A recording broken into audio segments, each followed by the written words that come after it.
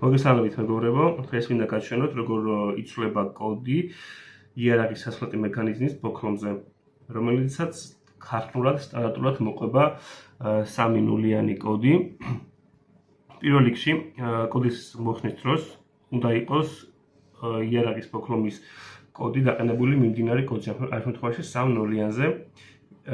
იარაღის ბოქრომის კოდი შედგება 2 ნაწილისაგან, მას განვაცალკევებთ.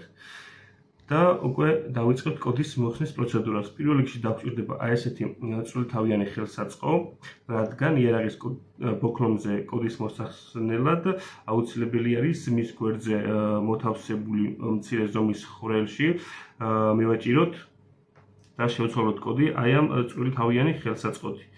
მაგალითად, შევცვალოთ კოდი, დავაყენოთ, თან უნდა გქონდეს მიჭერილი და უნდა შევცვალოთ ამ დროს კოდი. დავაყენოთ მაგალითად 1 2